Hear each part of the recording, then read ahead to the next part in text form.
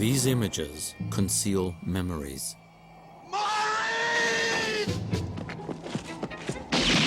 Beneath Hollywood's familiar stories lies a hidden history of persecution and murder, which haunted a small group of men, not American cowboys, but Jewish immigrants. This is the story of the founders of Hollywood, the story of the idea that became their America and ours. What is America to me?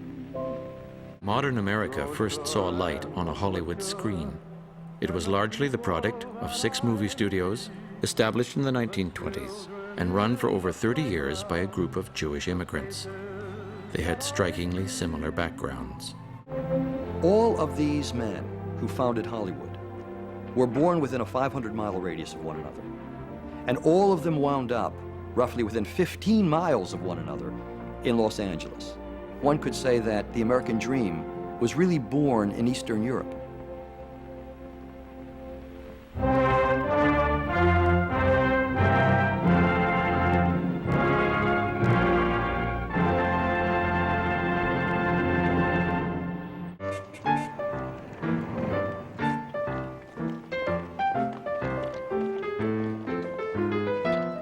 At the turn of the century, movies reflected the vision of America shared by Thomas Edison and the other men who invented the film industry.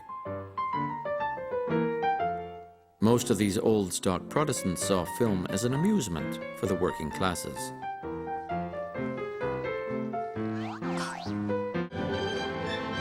Adolf Zucker believed that to attract the middle class, one had to change not just the theaters, but the films.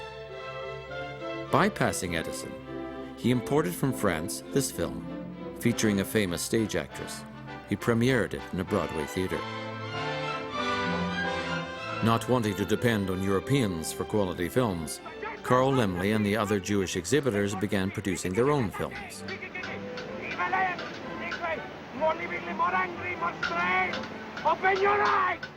Edison decided that the Jews had overstepped their bounds. To shut them out in 1908, he organized a producers' trust that declared a monopoly on film production in America. 7 years later, Edison's trust would lose its monopoly in the courts. But in 1912, to escape Edison and the goons he sent to enforce his control of the industry, the future moguls headed west to the orange groves of California. Here they found immediate success. Now, why did they move to California? I believe that they went there because California was a raw social environment. And although there was a social system in place, it was nowhere near as sophisticated and nowhere near as entrenched as the social hierarchy in Boston or New York or even Chicago, where these moguls came from. So coming to California, they realized that they could create their own social environment.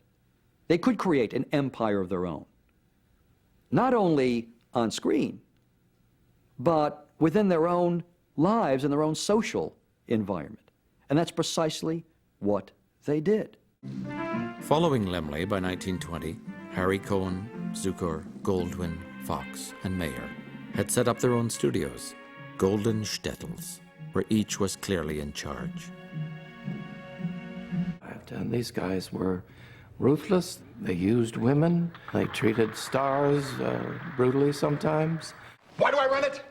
Because I got horse sense, goddammit. Showmanship!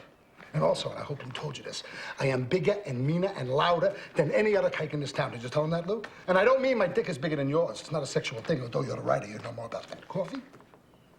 Jack Warner was considered a primitive, told terrible jokes. From beginning to end, the executive had the primary input into the picture and supervised every aspect of production, over and above the fact that beyond any individual picture, it was the executive who created the entire studio apparatus.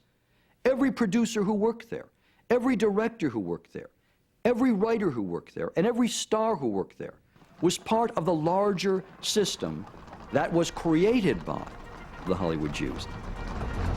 I'm not sure that there was an, quote, American dream before the Jews came to Hollywood and invented it. What you had was a westward movement, and you had the idea of freedom, but you didn't have what we have today, which is a popular culture that creates dreams. That's a dream factory. They created their own America, an America which is not the real America. It's their own version of the real America. But ultimately, this shadow America becomes so popular and so widely disseminated that its images and its values come to devour the real America. And so the grand irony of all of Hollywood is that Americans come to define themselves by the shadow America that was created by Eastern European Jewish immigrants who weren't admitted to the precincts of the real America. In the 1920s and 30s, movie houses became temples of the new Hollywood religion. Jewish values made kitsch. 75% of all Americans went to the movies at least once a week. This kind of movie-going was religious because it had to do with worship. It had to do with the screen being larger than you were, and you being in awe of what you were looking at, and feeling a certain reverence for it. And so there was, maybe you could say, a bogus spirituality, but it was a spirituality still that was believed in. Actors became the gods and goddesses of the new American religion. Innovation, getting cheerfully mobbed. It's frenzied friendship, frantic fandom. Here she comes, the star. And where there are new gods, there must be new idols. So the studio heads began a movie guild with a lofty title of the Academy of Motion Picture Arts and Sciences. It was Mayer's brilliant idea to create the Oscars, where the movie moguls could honor themselves by giving each other awards.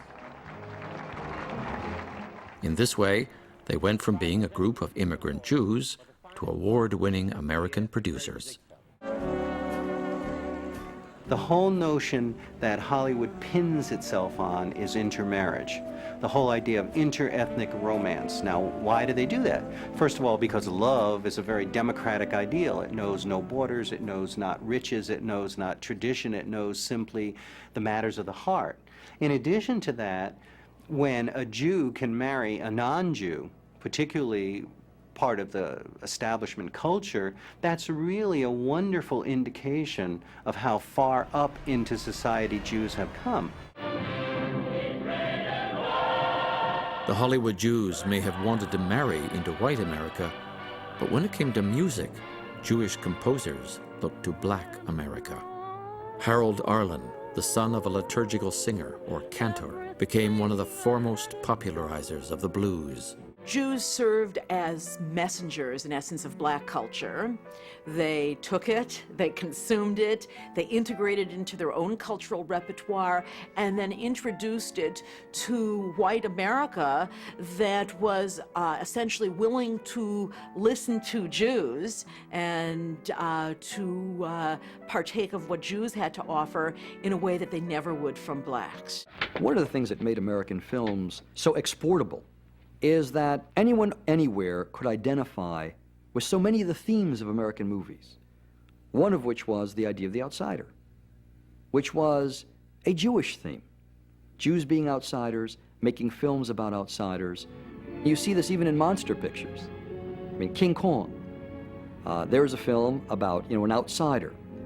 And yet, it's the monster, if you want to call King Kong that, with whom the audience sympathizes.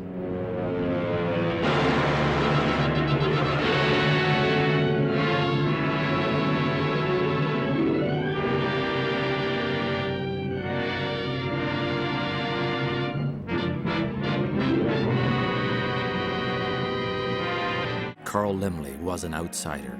He resembled an elf. Not surprisingly, Universal's films often championed marginal beings who were persecuted like the Jews of Europe.